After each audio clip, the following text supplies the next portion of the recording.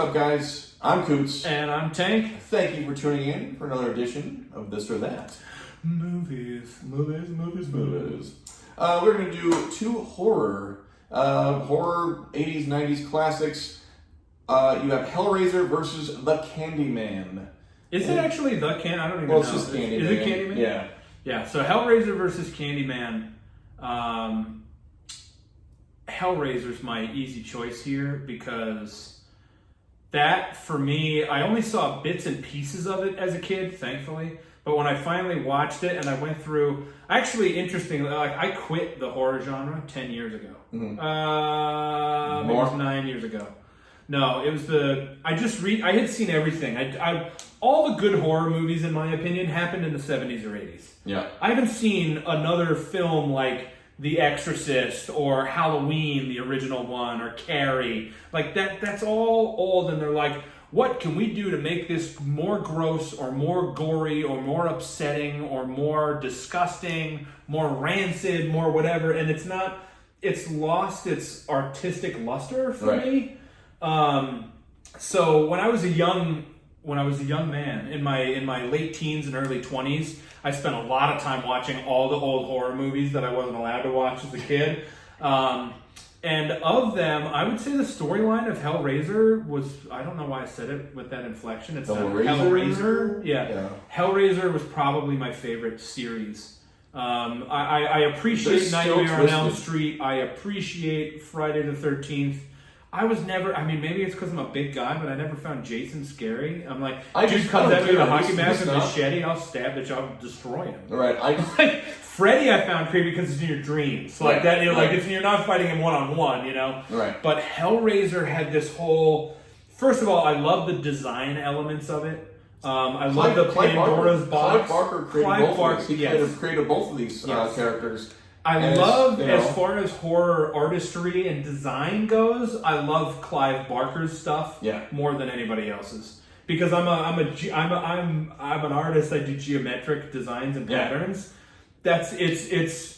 It's one of those. It's creepy and it's gross and it's disturbing, but it's a holy grail movie for design elements. Yeah. I love the Pandora's box, the thing that spit out all the hooks and grabbed the. Just the thought process of it all was all really good. And the other reason I choose Hellraiser over Candyman is because I haven't seen Candyman. Yeah, see. But honestly, even if I had, I feel like I do love Hellraiser and actually the Hellraiser series, but I'm Candyman. I grew up. I love it. I've actually. It's on my list. I just haven't seen it. It's absolutely one of my favorites of all time, and it's probably my movie I start my Halloween season off with every year. He's got a Halloween thing. Yeah, I do. He loves horror movies, and I quit. Like it got so nasty and so disturbing and so fucked up that I was like, if anyone comes up with a story that's more disturbing or more gory or more anything than this movie that I was watching at the time, I don't want to see it. I quit. Like, these are not good films. That I feel like everything, like they came up. Jump scare movies gained in popularity in the early 2000s, and that's a whole genre of itself. Not big on jump scares. I'm not big on Paranormal Activity and that kind of stuff. I'm like, I am not susceptible to jump scares as much as other people are. So in no way does, like, watching one of those movies, I'm not like, oh, here it comes. It's not an anxiety and delivery thing where I'm like, it doesn't get me. I know it's coming. I'm watching this movie. I know what it is. Like, I know it's going to be there. So when they're like, bah, and they run across the room, I'm like, oh, good one.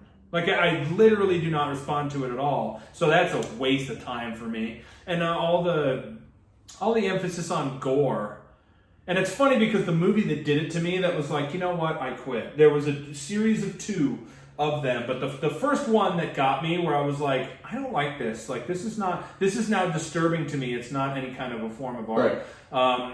The Hills Have Eyes. They released The Hills Have Eyes. Oh, the remix or the original? No, the original theatrical version. I went to the movie theater. I watched it, and that was the one. They actually cut it down, I believe, for the DVD release. But it was like an 8-minute or something. It was like 8 minutes or 8.5-minute rape scene in it.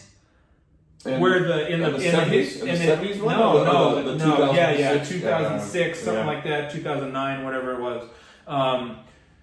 the zombie, like mutated zombie guy is raping like a 12 or 13-year-old girl while her father is screaming as he's burning alive on a tree right outside of this trailer. And I'm like, come on. Okay, I get it. Like, we get it. She's being raped. It's upsetting. Like, move on. And it was 8.5 minutes.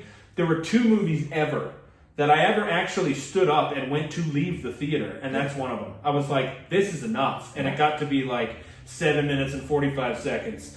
8 minutes, and I was like, all right, that's it. I've had enough. And I'm not going to sit here and watch this prepubescent girl get raped and scream, no, please help me, ow, ow, ow. Like, this is not horror, this is disgusting. Yeah. Like, and I got pissed, and I was like, nope, that's it. And I stood up and I walked out, and like, as I got to the end of the row, that's when the scene ended, and I was like, I swear to God, one more thing, like, all right, but anything else like that, I'm going. And so that, like, lit the charge, if you will.